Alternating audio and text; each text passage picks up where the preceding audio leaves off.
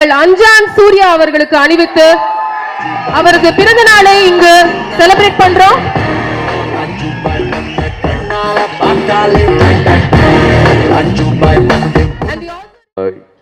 இன்னும் ஒரு நல்ல மனிதனா எப்படி இருக்கணும் அப்படிங்கறத பத்தி, நட்பை பத்தி,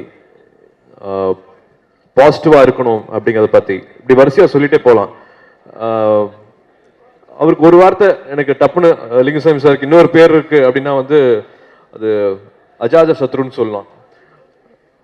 எதிரிகளே இல்லாதவர்கள் அப்படின்னு சொன்னா அது ஒரு சாருக்கு சொல்லலாம். அது ஒரு பெரிய வரம். அது அப்படிதான் இருக்கணும்னு நான் ஆசைப்படுறேன்.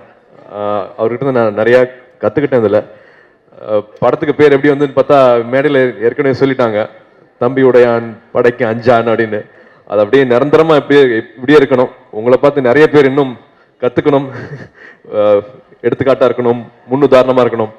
எல்லாத்தோட பிளஸிங்கும் இருக்கு. சின்ன சின்ன படங்கள் ஒரு பெரிய வெற்றி படமா ஆக்குற அந்த ஒரு யுத்தி, அந்த ஒரு ரசனை வந்து ஞானவேல் சொன்ன மாதிரி அது அப்படியே அழகா ஒரு பெரிய பிளஸிங். அது அழகா அமைஞ்சிட்டே வருது, ஒரு படங்களும் அமைஞ்சிட்டே வருது. எப்படி பையா வந்து நல்ல ஒரு வெற்றி படமா இருந்ததோ ரசிகர்களுக்காக தான் அது பண்ணிருக்கு. உங்களால தான் நாங்க இங்க இருக்கோம். நினைச்ச படத்தை நாங்களால பண்ண முடியுது. ஸோ இது முழுசா உங்களுக்காக பண்ண படம். இது வந்து கம்ப்ளீட்டா தியேட்டர்ல இருக்கிற ஆடியன்ஸை எப்படி என்டர்டெயின் பண்ணலாம் அப்படிங்கிறத நினைச்சுதான் வந்து லிங்குசாமி சார் அந்த படத்தை எடுத்திருக்காரு. ஸோ திரைக்கு தியேட்டருக்கு வந்து பார்க்குற உங்களை முழு திருப்தி பண்ணும் அப்படிங்கிற நம்பிக்கை எனக்கு இருக்கு. அண்ட் எங்களுக்கு இவ்வளோ அரேஞ்ச்மெண்ட்ஸ் பண்ணி என்னோட பிறந்தநாளை இவ்வளோ முக்கியத்துவம் கொடுத்து, கிட்டத்தட்ட எனக்கு ஏற்கனவே சொன்ன மாதிரி இன்னைக்கு தான் என்னோட பிறந்தநாள் மாதிரி என்னை நம்ப வச்ச, என்னை உணர வச்ச மாதிரி எனக்கு தனஞ்சயன் சாருக்கும் மொத்த டீமுக்கும் வந்து நான் வந்து நன்றிகள் சொல்லி ஆகணும். ரசிகர்கள் என்னோட பிறந்தநாளை வந்து முக்கியமான நாளா நீங்களே தேர்ந்தெடுத்து கருதி, இன்னைக்கு நான் புகைப்படம் எடுக்க முடியாது அப்படிங்கிற விஷயத்த நான் சொன்னா கூட, சென்னையில மட்டுமே ஒரு 1000 பேருக்கு மேல ரத்த தானம் செஞ்சிருக்கீங்க, ஆர்கன் டொனேஷன் செஞ்சிருக்கீங்க. ஸோ உங்களுக்கு நான் எவ்வளவு நன்றி சொன்னாலும் பத்தாது. கண்டிப்பா அவங்களோட ஆசீர்வாதம் எப்பவுமே உங்களுக்கு இருக்கும். ரொம்ப சந்தோஷமா இருக்கு இந்த ஆக்கப்பூர்வமான செயல்கள் செஞ்சுட்டு இருக்கிறது. அதே மாதிரி ஒரு சின்ன ரிக்வெஸ்ட், தயவு செஞ்சு போஸ்டர்ஸ் மற்ற விளம்பர அட்டைகளில் வந்து தயவு செஞ்சு செலவுகள் பண்ணிட்டு இருக்காதீங்க. அது எனக்கு சந்தோஷம் கொடுக்கும்னா இல்லவே இல்லை. சக மனிதர்களுக்கு ஊர் பக்கம் தேவையானவங்களுக்கு எவ்வளவு அவசியம் இருக்கோ அந்த அவசியங்களை வந்து நீங்க பூர்த்தி செஞ்சீங்கனாலே போதும், அவங்கள நீங்க சந்தோஷப்படுத்தினாலே போதும். அது மட்டுமே நீங்க எனக்கு செய்யக்கூடிய ஒரு சின்ன விஷயமா இருக்கும். பட் என்னோட முதல் படத்துல இருந்து வெற்றி தோல்வி எதுவுமே சமமா பார்த்து எனக்கு இவ்வளவு அன்பு சொல்லிட்டு இருக்கிற, இவ்வளவு ஆசீர்வாதங்கள், இவ்வளவு அன்புகள் கொடுத்துட்டு இருக்கிற உங்களுக்கு நான் எவ்வளவு நன்றி சொன்னாலும் பத்தாது. ரொம்ப ரொம்ப நன்றி. நீங்க நல்லா இருக்கணும். நீங்க நல்லா தான் நாங்க இப்படி இருக்க முடியும், இவ்வளவு சந்தோஷமா இருக்க முடியும். முழு காரணம் நீங்க மட்டுமே. நான் இந்த இடத்துல இருக்கிறதுக்கும், நான் சந்தோஷமா இருக்கிறதுக்கும், என்னோட குடும்பம் சந்தோஷமா இருக்கிறதுக்கும் முழு காரணம் நீங்க மட்டுமே. ஸோ இன்னைக்கு வந்து என்ன வாழ்த்த வந்த உங்க எல்லாருக்கும் நான் நன்றியில தெரிவிச்சுக்கிறேன். அண்ட் இன்னொரு சின்ன ரிக்வெஸ்ட், தயவு செஞ்சு திருட்டு விசிட்ல பார்க்க வேண்டாம். சிங்கம் 2 மட்டும் கிட்டத்தட்ட 40 லட்சம் சிடிக்கு மேல அடிச்சிருக்காங்களாம், 45 லட்சம் சிடிக்கு மேல அடிச்சிருக்காங்க. நிறைய பேர் இருக்காங்க திரைத்துறையில, அவங்களோட ஃபேமிலியும் நல்லா இருக்கணும் அப்படின்னா உங்களால மட்டும்தான் முடியும். நீங்க எடுக்கிற ஸ்டெப்னால மட்டும்தான் முடியும். ஒவ்வொருத்தரையும் வந்து நாங்க பிடிக்க முடியும். பட் உங்களோட எண்ணம் மாறினா தான். நான் உங்களை சொல்லல, பட் உங்களுக்கு தெரிஞ்சவங்க எல்லாத்தையுமே நீங்க பேசி அந்த விஷயங்கள் நடக்காம பார்த்துக்கணும். இது நான் தாழ்மையா வைக்கிற ரிக்வெஸ்ட். எப்படி வந்து எல்எம் முரளி சார் வந்து காலில் விழுந்தாரோ அதே மாதிரி நானும் தயவு செஞ்சு பார்க்க வேண்டாம் அப்படின்னு காலை தொட்டு கேட்டுக்கிறேன். முதல்ல வந்து உங்களோட படங்கள் அப்படின்னாலே உங்களோட லுக், நீங்க பண்ணிருக்கிற அந்த பிசிக்கல் அப்பியரன்ஸ் தாண்டி உங்களோட பாடி லாங்குவேஜ்லயே வந்து ஒரு மாற்றத்தை நாங்க பார்ப்போம்.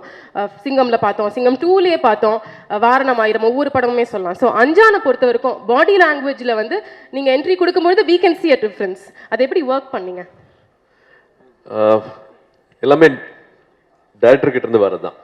ஒரு படமும் நான் பாலான் ஆகட்டும், கௌதம் ஆகட்டும், எனிபடி ஒரு படத்துலயும் வந்து அவங்க கிட்ட இருந்து வரதான். ஏன்னா அந்த கேரக்டரை வடிவமைக்கிறது எல்லாமே வந்து இயக்குனர் தான். அவங்க தான் முதல்ல இருந்து ஒரு வார்த்தை என்ன பேசணும் இந்த கேரக்டர்னு சொல்றதுலேருந்து எப்படி உட்காரணும் எப்படி பார்க்கணுங்கிற கொண்டு அவங்க ஒரு மனத்திரையில் அவங்க ஓட்டி பார்த்துருப்பாங்க. ஸோ இந்த டயலாக் பேசும்போது என்ன மூடில் இருக்கணும், ஒரு ஸ்க்ரீனில் என்ட்ரி ஆகும்போது எப்படி இருக்கணும் அப்படிங்கிற போது கொண்டு I try to watch them. அப்படி பார்க்கும்போது வந்து லிங்குசாமி சாருக்குன்னு ஒரு ஸ்டைலு ஒரு ஆட்டிடியூட் அது தனியாக இருக்கு. அவர் தனியாக நீங்கள் ஆடும் போதெல்லாம் பார்க்கணும். சில டைம் வந்து ஒரு ஆட்டம்லாம் போடுவார், அப்போ பார்க்கணும், நடக்கும்போது பார்க்கணும். சார் இப்படி உட்காரலாம், இப்படி நிற்கலாம் அப்படின்ட்டு எனக்கு இந்த படத்தில் புதுசாக இருந்தது. அப்படி உட்காரதுக்கும் அப்படி நிற்கிறதுக்கும் அப்படி திரும்பி பார்க்குறோம், இவ்வளோ பண்ணால் போதும், இங்கே பாருங்கள் எப்படி இருக்க போது பாருங்களேன், நீங்கள் பேசாமே இருந்தாலும் எப்படி இருக்கு பாருங்களேன் அப்படிங்கிற மாதிரி எனக்கு சில புது விஷயங்கள் நான் இந்த படத்தில் நான் கற்றுக்கிட்டேன். ஸோ அப்படி கேட்டிங்கன்னா அந்த பாடி லாங்குவேஜும் அந்த லுக் எப்படி இருந்ததுன்னு கேட்டிங்கன்னா அவர்கிட்ட இருந்து கற்றுக்கிட்டது தான். Right. Anjaan one of the fastest film in your career அப்படின்னு சொல்லலாம். பொதுவாக நீங்கள் ஒரு படம் எடுத்துக்கிட்டிங்கன்னா ஒரு 7-8 months 1 year ஆகிடும்ல அதை கம்ப்ளீட் பண்ணி முடிக்க. பட் இந்த படம் நீங்கள் டிசம்பரில் ஆரம்பிச்சிங்க, ஐ திங்க் பை ஜூன் வந்து முடிச்சாச்சு. So how was that whole experience இவ்வளோ ரேப்பிடாக ஒர்க் பண்ணது? த ஹோல் டீம் தான் கம்ப்ளீட்டாக வந்து ஸ்டார்ட் டு எண்ட் என்ன வேணும் அப்படிங்கிறது தெரிஞ்சு போச்சு. அண்ட் ஃபர்ஸ்ட் டைம் வந்து முழுக்க பாம்பேலையும் எடுக்க வேண்டிய ஸ்கிரிப்டாகவும் ஆச்சு. இதுக்கு இன்னும் கொஞ்சம் ஸ்பீட் ஏற்றுதுன்னா வந்து சந்தோஷ் சிவன் சார் தான். ஒரு நாளைக்கு நாங்கள் 2 சீன் பிளான் பண்ணியிருப்போம், அது ஒரு 12:45 முடிஞ்சிடும். அடுத்த சீன் என்ன எடுக்கலாம் அப்படிப்பாரு. சார் இன்னைக்கு இவ்வளோதான் பிளான் பண்ணோம் அப்படிங்கிற. அப்புறம் அடுத்த நாள் 3ஆவது நாள் போட்ட சீன்லாம் வந்து அன்னைக்கு திரும்பி ஷூட் பண்ணுற மாதிரியான விஷயங்கள்லாம் வரும். ஸோ அவ்வளோ இந்த இடத்துல எடுத்து முடிச்சிடலாம், this will know give that impact அப்படிங்கிற மாதிரி இன்னும் கொஞ்சம் ஸ்பீட் ஏற்றி விட்டது அப்படின்னு பார்த்தா வந்து நிச்சயமா சந்தோஷம் சாரோட ஒர்க்கு சொல்லலாம். சார் சொல்லிட்டே இருப்பாரு, எனக்கு எல்லாரு கூடயும் ஒர்க் பண்ணியிருக்கேன், பிரமாதமான எக்ஸ்பீரியன்ஸ் இருக்கு, ஜீவா சார் கூட ஒர்க் பண்ணும்போது வந்து ஒரு எக்ஸ்பீரியன்ஸ் இருக்கும், நான் ரொம்ப நாள் அதை மிஸ் பண்ணிட்டு இருந்தேன், பட் சந்தோஷம் சார் கூட வந்து ஐ கேன் சென்ஸ் தட் அது எல்லாமே அமைஞ்சு வர மாதிரி தான் எனக்கு தோணுதுன்ட்டு அடிக்கடி அந்த வார்த்தை சார் சொல்லிட்டே இருப்பாரு. கிரேட். அஞ்சான்ல உங்களுக்கு இருந்த மிகப்பெரிய சேலஞ்ச் எதுவா இருந்தது? டு கெட் கன்வின்ஸ்ட் அந்த ஒரு கேரக்டரா நம்பி பண்றதான். ஒரு படமும் வந்து எனக்கு பாலா அண்ணன் சொல்லி கொடுத்தது, நான் உன்னை சூர்யாவா ஸ்கிரீன்ல பார்க்க கூடாதுடா, நீ யார் பேர் வைக்கிறாங்களோ, உனக்கு பேர் வைக்கிறாங்கன்னா ராஜுபாய்னு பேர் வைக்கிறாங்கன்னா நீ ராஜுபாயா மட்டும்தான் எனக்கு தெரியணும், நீ சூர்யாவா எனக்கு ஸ்கிரீன்ல தெரியக்கூடாது அப்படின்னு சொல்லுவார். ஸோ என்னை மறந்து அந்த கேரக்டரை ஸ்கிரீன்ல ஒட்டி வைக்கிறது தான் வந்து என்னோட சேலஞ்சுன்னு சொல்லுவேன். எனக்கு அப்படிதான் இருந்தது. இதுல வந்து 2 கேரக்டர் இருக்கு படத்துல, 2 கேரக்டரா நம்ப வைக்கிறது, 2 கேரக்டரும் வந்து சூர்யாவா இல்லாம ஒருத்தன் கிருஷ்ணா ஒருத்தன் வந்து ராஜுபாயா ஸ்கிரீன்ல தெரிய வைக்கிறது வந்து எனக்கு சேலஞ்சா இருந்தது. ஓகே. டீசர் சக்சஸ் போது லிங்கு சார் சொன்ன விஷயம், உங்க கூட ஒர்க் பண்ணணும்னு சொல்லிட்டு அவர் ஒரு 3 ஸ்கிரிப்ட் உங்ககிட்ட வந்து ஒவ்வொருத்தரையும் சொன்னாரு. அது 3 உங்களை இம்ப்ரெஸ் பண்ணல, பட் 4வது ஸ்கிரிப்ட் தான் வந்து அஞ்சான், அதை நீங்க ஓகே பண்ணீங்க. ஸோ அந்த 3 ஸ்கிரிப்ட்லயும் இல்லாத எந்த விஷயம் அஞ்சான்ல உங்களுக்கு அதை அட்ராக்ட் பண்ணுது? 3 ஸ்கிரிப்டுமே நல்லா இருந்துச்சு. நான் எந்த ஸ்கிரிப்டுமே நான் கம்மியாவோ இல்லாட்டி இது எப்படி இருக்குமோ சொல்ல முடியாது. நான் எதுல ஒட்டுவேன், நான் எதுல நல்லா இருப்பேன் அப்படிங்கிற மாதிரி எனக்கு ஒரு சின்ன ஒரு எக்ஸைட்மெண்ட் ஒன்று தேவைப்பட்டுச்சு. அதுதான். மற்றபடி வந்து டப்புன்னு முழு ஸ்கிரிப்ட் கொடுத்தாரு. 4 ஸ்கிரிப்டுமே முழு ஸ்கிரிப்ட். அதுல எனக்கு இன்னொரு ஸ்கிரிப்ட் ரொம்ப பிடிக்கும். அதுதான் வந்து இப்போ எண்ணி 7 நாளுங்கிற கார்த்தி ஸ்டார்ட் பண்ண போறாரு. அந்த டைம்ல என்ன ஸ்பார்க், இதுக்கு அடுத்து என்ன பண்ணலாம், இப்போ சிங்கம் 2க்கு அப்புறமா என்ன பண்ணலாம் அப்படிங்கிற ஏதோ ஒரு சின்ன ஒரு கணக்கு, somewhere we had to connect. Sir கிட்ட இருந்து நான் எதிர்பார்த்த விஷயங்கள் எல்லாமே வந்து இதுல ஒரு பெரிய ஜம்பா தோணுச்சு. அப்படிதான் இருக்கும்னு நான் நம்புறேன். உங்களுக்காக தான் இதெல்லாமே பண்ணிட்டு இருக்கோம், உங்களை திருப்தி பண்ணிடுவோன்ட்டு நம்பிக்கையோட இதை சொல்றேன். ஃபைனலி இங்க இல்லாத 2 முக்கியமான நபர்கள், ஒன்னு வந்து ஒளிப்பதிவாளர் சந்தோஷ் சிவன், இன்னொன்னு வந்து சமந்தா. இவங்க 2 பேருமே இன்னைக்கு ஆடியோ லான்ச்ல கலந்துக்க முடியல, பட் அவங்களோட ஒர்க் பத்தி உங்களோட எக்ஸ்பீரியன்ஸ் என்ன? ஆமா, ஏக் தோ और 3-4 கத்துக்கடின்னு நான் அவங்களுக்கு ஹிந்தி சொல்லி கொடுத்தேன், அவங்க எனக்கு தெலுங்கு சொல்லி கொடுத்தாங்க. இங்க இருந்து போனவங்க தான், இங்க பல்லாவரத்துல இருந்து போனவங்க, பட் தெலுங்குல வந்து கலக்கிட்டு இருக்காங்க. அவங்க கூட பண்ற என்னோட முதல் படம். Very smart, very sharp. அவங்க பண்ற விஷயங்கள், ஏத்துக்கிற விஷயங்கள் எல்லாமே வந்து எதனால அங்க கொடி கட்டி பறக்குறாங்க அப்படிங்கிறது வந்து அவங்க சீன்ல வந்து நிற்கும் போதும் அவங்க கேட்டுக்கிட்டு புரிஞ்சுக்கிட்டு பண்ற விஷயங்கள்ல இருந்து எல்லாமே தெரிஞ்சது.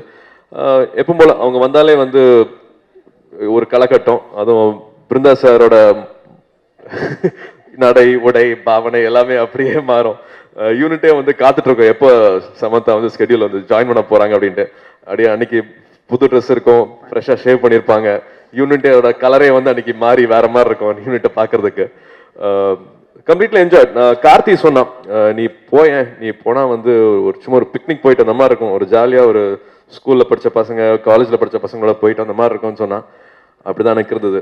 அஞ்சான் படம் முடிஞ்சு வரும்போது வந்து அதே ஃபீல் தான். ஒரு சின்ன ஒரு ஃபேர்வெல் கொடுத்த மாதிரி, ஐயோ படம் ஷூட்டிங் முடிஞ்சிருச்சா, இனிமே இந்த யூனிட் கூட உட்காந்து சாப்பிட முடியாதா, பார்க்க முடியாதா அப்படிங்கிற மாதிரியான ஒரு நினைப்பு தான் இருந்துச்சு. அண்ட் அஃப்கோர்ஸ் சந்தோஷ் சார் ரொம்ப நாள் ஆசை, ரொம்ப நாள் கனவு இந்த படத்தில் நிறைவேறுச்சு. மர்மமாக இருக்கும், என்ன ஷார்ட் வைக்க போறாருன்னே தெரியாது. அது வச்சாருன்னா அதில் இன்னொரு மெசேஜ் சொல்லுவார். So it was like that. Okay.